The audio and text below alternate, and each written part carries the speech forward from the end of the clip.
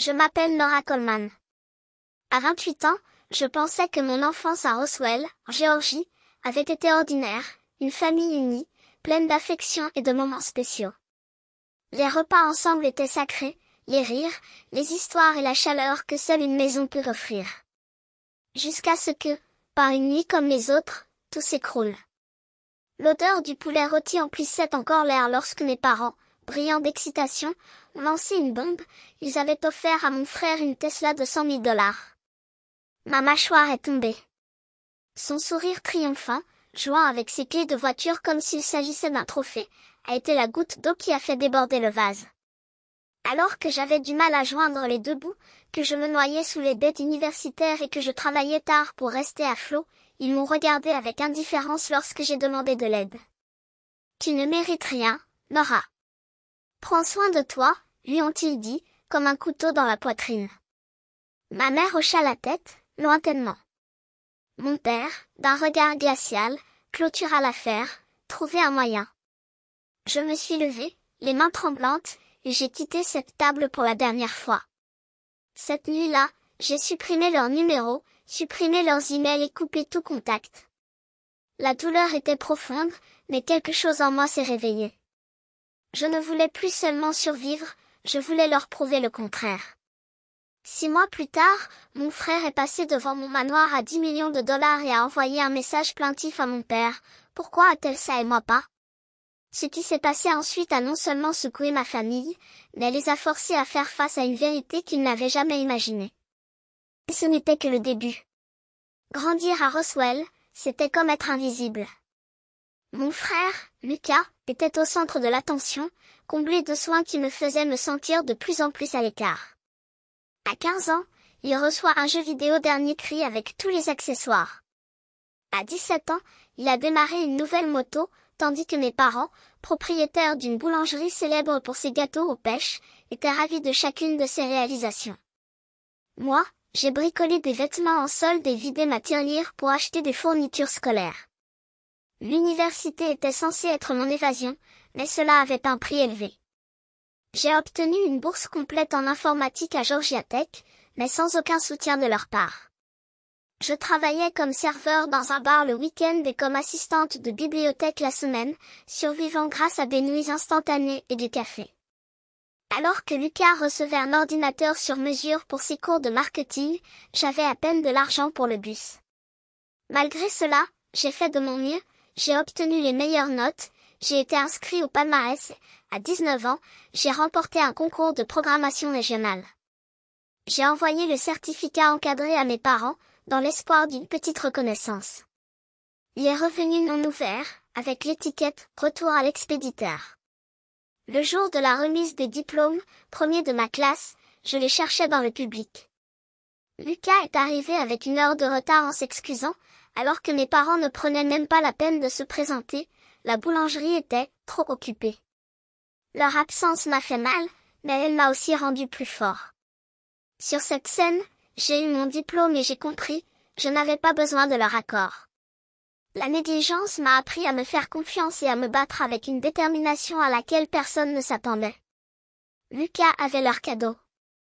J'avais quelque chose de bien plus puissant, la soif de faire mes preuves, non pas à eux, mais à moi-même. Cette fin est devenue mon guide, me conduisant vers un avenir qu'ils ne pourraient jamais comprendre. Après avoir coupé les ponts, je me suis lancée à corps perdu dans le travail. J'ai trouvé un emploi dans une start-up technologique à Roswell, petite, mais avec un grand rêve, révolutionner les systèmes de données hospitalières. Le bureau était rempli de programmeurs obsédés, de tableaux blancs remplis d'équations et de l'énergie contagieuse de ceux qui veulent changer le monde. En tant que développeur junior, je voulais montrer de quoi j'étais capable. Mon projet, S5, est né du besoin de simplifier l'accès aux dossiers médicaux. J'ai imaginé une application mettant à jour les informations en temps réel, avec une interface intuitive pour les infirmiers et une sécurité robuste pour les médecins. J'ai passé des nuits blanches, entre lignes de code et canettes de boissons énergisantes, déterminé à créer quelque chose qui ferait la différence. Chaque défi était une chance de réécrire mon histoire, où ma valeur ne dépendait pas du nom de famille Coleman. Un soir de découragement, j'ai rencontré Cathy Walsh, une amie d'université, dans un café. Entre une gorgée et une autre, j'ai exprimé la douleur d'être toujours la deuxième option. Elle m'a regardé dans les yeux et m'a dit, « Tu es plus fort que le rejet. Continue. » Ces mots m'ont réveillée.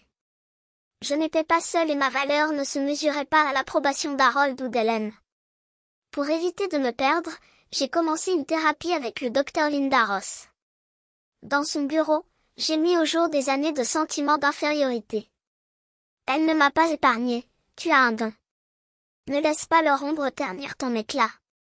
J'ai appris à tracer des limites, à arrêter de chercher de l'affection là où il n'y avait pas de place. Vos paroles sont devenues mon refuge, m'aidant à me concentrer sur S5 au lieu de m'attarder sur des sentiments blessés. Avec le soutien de Cathy et les conseils du docteur Linda, j'ai avancé. Elle n'était plus la fille ignorée de Roswell. C'était une femme déterminée à bâtir un héritage que personne ne pouvait ignorer. Et il n'avait toujours aucune idée de ce qui allait arriver. La clarté de Ross m'a poussé à plonger tête première dans mon travail, déterminée à construire quelque chose de plus grand que n'importe quelle cicatrice du passé. Au démarrage, j'ai trouvé mon but. Le bureau était une chaudière à pression, des claviers qui martelaient sans relâche, des tableaux blancs remplis de diagrammes complexes et le bourdonnement incessant de délais serrés. Au milieu de ce chaos, Vanessa Hall s'est démarquée comme une tempête sur le point d'éclater, une développeur senior dotée d'un talent inné pour voler la vedette. Elle entrait dans les réunions avec l'arrogance de quelqu'un qui avait déjà gagné, ses idées étaient audacieuses et sa voix était toujours un décibel au-dessus des autres. Pour elle, je n'étais qu'un petit nouveau ambitieux, un obstacle à surmonter. Lors d'une session de planification de sprint, j'ai proposé une fonctionnalité permettant d'accélérer la récupération des données dans S5. Vanessa m'interrompit d'un ton tranchant, comme c'est gentil. Mais gardons les pieds sur terre. Son sourire ironique s'estompa alors que l'équipe détournait l'attention sur leur proposition flashy, une application de branding d'hôpital, pleine de lacunes techniques mais présentée dans un argumentaire séduisant. J'ai serré les poings sous la table, sentant ces paroles comme une allumette dans un baril d'essence. Je n'étais pas là pour me faire des amis. J'étais là pour gagner. Et S5 est devenue mon arme. Jour et nuit fusionnés en ligne de code. J'en ai perfectionné le cœur, une synchronisation parfaite des dossiers médicaux entre les systèmes hospitaliers, un cryptage de bout en bout pour protéger les données sensibles et un tableau de bord intuitif adapté aux infirmières épuisées. Les défis techniques étaient brutaux. Intégrer les anciennes bases de données hospitalières, c'était comme combattre un monstre à tête d'hydre, chaque API obsolète étant résolue, de nouvelles incompatibilités sont apparues. J'ai passé des heures dans la salle des serveurs, à traquer les bugs qui faisaient tomber le système, mon bureau enseveli sous des post-its jaunis et des tasses de café froid. Un test bêta dans une clinique locale a été le tournant. Leurs commentaires valaient leur pesant d'or, S5 a réduit de moitié notre temps de paperasse. Cette validation m'a fait avancer, même si Vanessa planait comme une ombre, observant mes progrès avec des yeux calculateurs. J'espère que votre application ne plante pas sous la pression, dit-elle, son mince sourire persistant une seconde de plus que nécessaire. Je l'ai ignoré, m'enfonçant plus profondément dans le code, déterminé à rendre S5 infaillible. Puis, un après-midi, Paul Bennett, notre PDG, un homme au costume impeccable et aux paroles encore plus directes, m'a appelé en privé. Son bureau, bordé de magazines technologiques et de récompenses pour les startups, était un sanctuaire d'efficacité. Il a suivi S5 de près et ses paroles m'ont figé, vous redéfinissez la norme pour nous tous. Dans ma main, un nouveau poste, leader de la prochaine phase de candidature, le poste que Vanessa convoitait depuis des mois. Son visage se plissa lorsqu'elle entendit, ses talons au claquant sur le sol comme un avertissement alors qu'elle quittait la salle de réunion. La confiance de Paul n'était pas seulement une reconnaissance. C'était une bouée de sauvetage, la preuve que j'appartenais à ce monde aux enjeux élevés. Et cela m'a incité à plonger encore plus profondément, ignorant les regards noirs de Vanessa et les chuchotements qu'elle répandait à propos de mes idées trop ambitieuses. Elle n'a pas abandonné. Lors des révisions de code, il déchirait mes lignes avec des commentaires sur des inefficacités mineures, son ton dégoulinant de fausses inquiétudes. L'évolutivité ici est discutable, a-t-elle déclaré, comme si elle était un mentor inquiet. J'ai répliqué avec des données de tests de résistance prouvant que S5 pouvait prendre en charge 10 000 utilisateurs sans s'étouffer. À chaque coup qu'elle lançait, je revenais avec des résultats. Des nuits blanches optimisant les performances, mon ordinateur portable gémissant comme une turbine. Cathy apparaissait de temps en temps, déposant des barres granola sur ma table et se moquant du café de l'entreprise, qui pouvait dissoudre une cuillère en métal. Ces visites étaient comme une pause, jamais lourde, jamais émouvante. Elle savait que j'avais besoin de concentration, pas de drame. Avec chaque bug corrigé, chaque fonctionnalité peaufinée, je ne surpassais pas seulement Vanessa. Je me forgeais un héritage, prouvant que je pouvais m'élever au-dessus de tous ceux qui essayaient de me retenir. 6 mois plus tard, tout avait changé.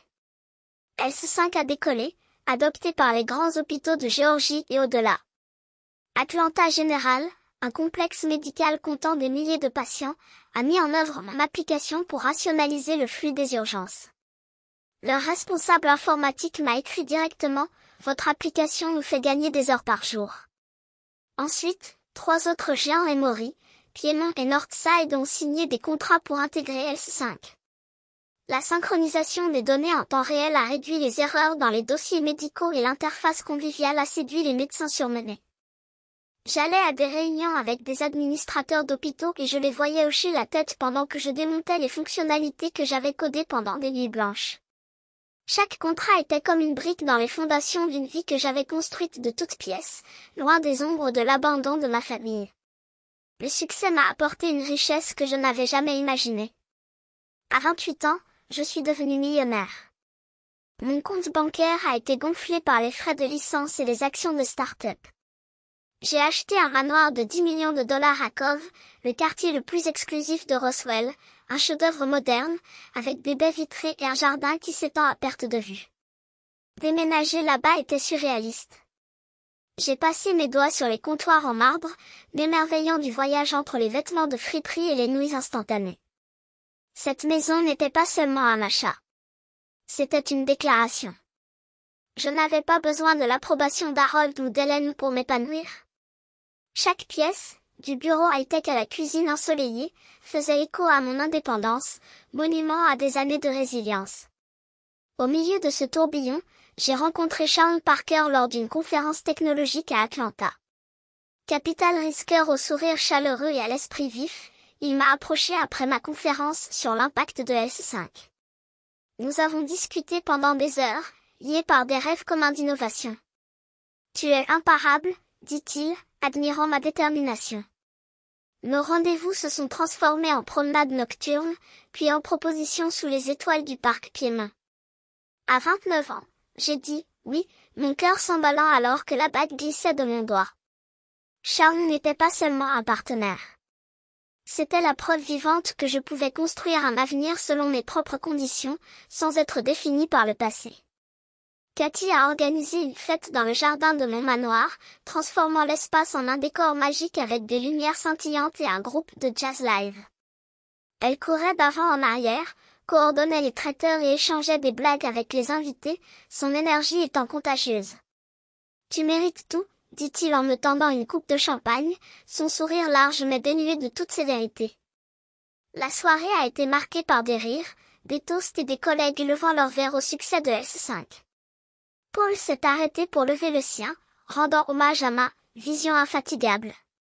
Même Vanessa a envoyé un email de félicitations court, bien sûr, mais je pouvais sentir le venin entre les lignes. Debout dans ma nouvelle maison, entouré de gens qui croyaient en moi, j'ai ressenti une victoire silencieuse. Rien de tout cela ne pouvait m'être enlevé. Jusqu'à ce que, par une nuit paisible, le passé frappe à la porte. J'étais dans ma bibliothèque ensoleillée, en train de feuilleter un magazine technologique, lorsque Charles m'a touché l'épaule et m'a montré l'extérieur. Une berline noire glissait lentement devant les grilles en fer forgé, ses vitres sombres reflétant les lampadaires.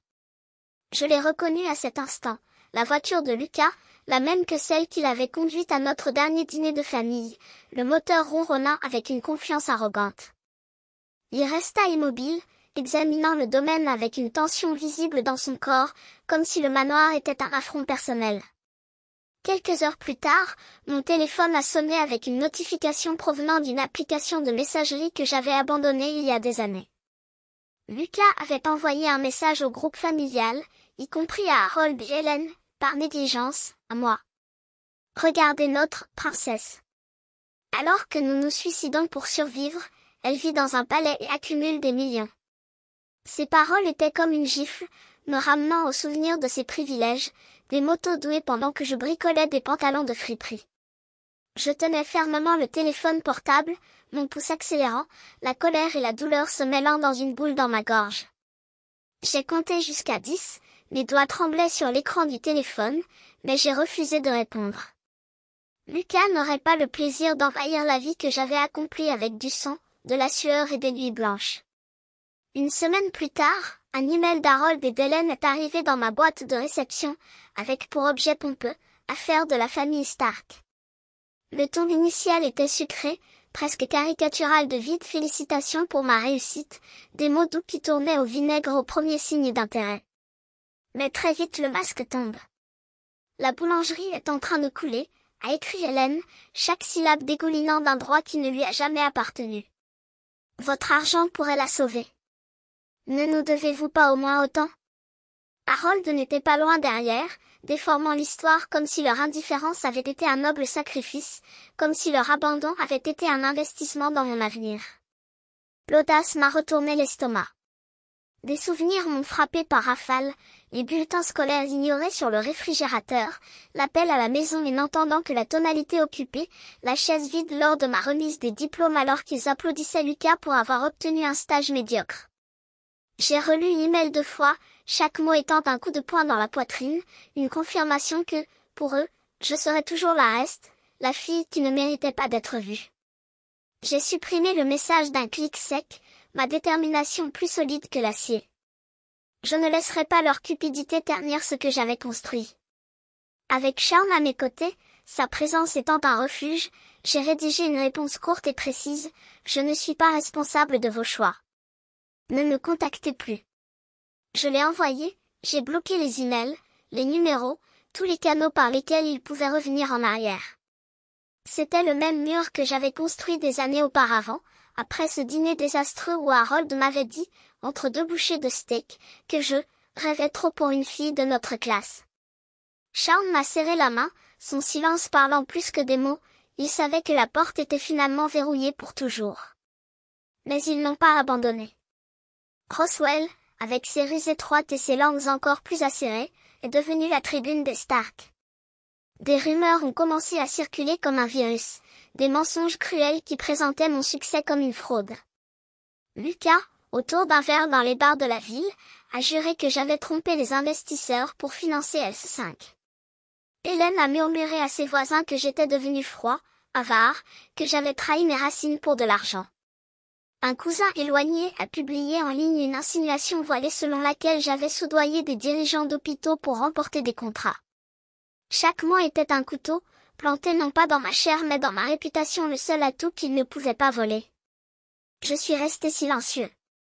Non pas par faiblesse, mais parce que ma vie, mon travail ont parlé pour moi. Pendant qu'ils se noyaient dans leurs propres mensonges, je me concentrais sur ce qui comptait vraiment, les innovations de S5, les rires de Charles alors qu'il testait une nouvelle recette dans la cuisine, les projets pour notre avenir ensemble. Chaque accusation qui me venait qu'il s'agisse d'un message d'un ancien collègue se demandant si je méritais, vraiment, ma place, ou d'un appel d'un ami d'enfance curieux de « Dils louche », était une épreuve de plus que je surmontais sans sourciller. Mon silence n'était pas une soumission, c'était une armure forgée après des années à faire mes preuves contre le cœur de voix qui doutait toujours de moi. Jusqu'à ce qu'une nuit, assis dans mon bureau les murs recouverts de bois sombre, la lumière de l'écran d'ordinateur se reflétant dans les grandes fenêtres qui donnaient sur le jardin que j'avais moi-même conçu, j'ai décidé que ça suffisait. Les mensonges de Lucas et d'Hélène duraient depuis trop longtemps, transformant mon histoire en farce de sales ambitions et d'ingratitude. J'ai ouvert un document vierge et j'ai commencé à taper, les doigts posés sur les touches, chaque mot étant un coup de marteau contre une vérité qu'ils avaient tenté d'enterrer. J'ai tout dit. Comment ils m'avaient laissé de côté, année après année, alors qu'ils applaudissaient à chaque médiocrité de Lucas. Les nuits où j'étudiais seule, avec la lumière de la lampe ombrageant les pages des livres, alors qu'ils ne me demandaient même pas comment j'allais. Les prêts que j'ai remboursés sans un centime, les larmes que j'ai avalées lorsque la banque a menacé de saisir ma première maison, une petite maison qui était encore plus chez moi que la maison dans laquelle j'ai grandi. S5 n'était pas leur cadeau, c'était la sueur de mes petits matins, les cicatrices des rejets, l'entêtement de ceux qui refusent d'accepter le « non » comme destin. J'ai construit cette vie malgré eux, et j'écris. Je ne vais pas m'excuser pour ça. Je l'ai publié. Et le monde a répondu. En quelques heures, mon témoignage s'est répandu comme une traînée de poudre. Partagé par des collègues, par des inconnus qui voyaient dans mes propos le reflet de leur propre combat. La réaction a été immédiate et dévastatrice pour eux. Gar Bakri, autrefois la fierté de Roswell, est devenue un fantôme d'elle-même. Les clients ont disparu, les vitrines autrefois remplies de bonbons présentaient désormais des étagères vides, symbole de ce qui se passe lorsqu'on joue avec la vérité des autres. Les critiques en ligne ont chuté, inondées de commentaires qui faisaient écho à ce que j'avais écrit, ils ne méritent même pas les miettes de ce qu'elle a construit. Des hypocrites qui ne se présentent que lorsqu'ils ont besoin de quelque chose. Un matin, je suis descendue Main Street et j'ai vu Hélène derrière le comptoir, les épaules voûtées, en train de servir un seul client. Pendant une seconde, j'ai senti l'odeur des biscuits faits maison qu'elle préparait quand j'étais enfant, ceux qu'elle gardait toujours pour que Lucas les apporte à l'école pendant que je quittais la maison l'estomac vide. Mais la nostalgie n'a pas duré un clin d'œil. Ils avaient choisi la voie du mensonge, maintenant ils récoltaient ce qu'ils avaient semé. Lucas, bien sûr, n'a pas accepté la défaite en silence. Il a fait irruption dans le bureau de l'S5, le visage rouge de rage, les poings serrés comme s'il était toujours le tyran du lycée qui m'a poussé contre les casiers. « Vous nous détruisez !» a-t-il crié, sa voix résonnant dans le couloir et attirant l'attention des employés. « Comment oses-tu laver du linge sale en public ?» Ses yeux brûlaient de la même arrogance que toujours la même qui lui faisait montrer sa nouvelle moto pendant que je comptais les pièces pour le bus. Paul, l'un de mes directeurs, est apparu sur le pas de la porte, le visage sérieux. « C'est inacceptable », a-t-il déclaré en tenant Lucas par le bras avec une fermeté qui ne laissait aucune place à la discussion. « Pars. Maintenant. » Je n'avais même pas besoin de dire quoi que ce soit. Toute la scène était pathétique, l'homme qui se croyait intouchable était escorté comme un intrus. Quelques jours plus tard, j'ai appris que Lucas avait été licencié de son travail dans une entreprise concurrente. Son accès de rage, associé à des antécédents de plainte pour comportement toxique, a scellé son sort. Je n'ai pas ressenti de joie.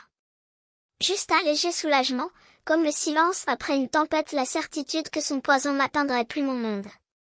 Pendant ce temps, Harold et Hélène s'enfonçaient de plus en plus profondément.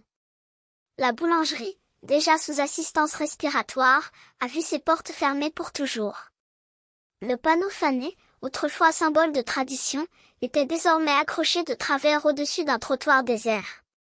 Harold a été vu en train de se disputer avec un directeur de banque à la porte de l'établissement, sa voix trop forte pour une petite ville, où les secrets sont monnaie courante. Hélène, autrefois la haine souriante des événements communautaires, évitait même la foire locale. Roswell, avec sa longue mémoire et peu de place pour les traîtres, avait rendu son verdict. Ils ont récolté ce qu'ils ont semé. Pendant ce temps, j'ai continué. Avec Charles, nous avons planifié notre mariage entre 2 rencontres et tests de nouveaux plats, lui, avec son talent en cuisine, moi, avec la détermination de construire un avenir où le passé n'avait pas sa place. Nos nuits étaient remplies de rires, de mauvais films et de savoir que, pour une fois, j'étais exactement là où j'étais censée être. Il n'y avait pas de place pour la réconciliation. Ils avaient fait leur choix il y a des années lorsqu'ils avaient décidé que ma valeur se mesurait à ce que je pouvais leur donner. Maintenant, ils en subissent les conséquences. En revanche, j'avais appris la leçon la plus précieuse, que la famille n'est pas un titre qui s'hérite, mais un lien qui se construit. Et le mien, j'avais trouvé chez Charles, chez les collègues qui me soutenaient, chez les inconnus qui voyaient dans mon histoire le miroir de leur propre lutte. Avec le recul, j'ai réalisé que chaque nuit blanche, chaque ligne de code écrite avec des yeux brûlants d'épuisement, chaque « non » que je transformais en « attendre et voir » avait été une brique dans les fondements de ma liberté. J'ai appris que nous ne devons pas notre lumière à ceux qui savent seulement éteindre les lampes. Parfois, il faut brûler des ponts pour que le feu éclaire le bon chemin. Ils n'ont jamais changé. Ils s'accrochaient toujours à leur ressentiment comme un naufragé accroché à un morceau de bois, incapable de voir que leur choix et non les miens les avaient conduits ici. La boulangerie fermée, l'orgueil blessé, la solitude qu'ils cultivaient eux-mêmes, tout était le portrait d'un passé qui refuse d'évoluer. Pour ceux qui ont suivi mon parcours, mes remerciements sont sincères. Chaque message, chaque histoire partagée, chaque « j'y suis allé aussi » me rappelle qu'aucune bataille ne se mène seule. Nos vérités, lorsqu'elles sont exprimées à voix haute, ont le pouvoir d'allumer d'autres flammes. Et toi? Comment avez-vous tracé vos limites? Contre quel vent avez-vous dû ramer pour arriver là où vous êtes? Dites-moi. Parce que cette histoire, après tout, est autant la vôtre que la mienne.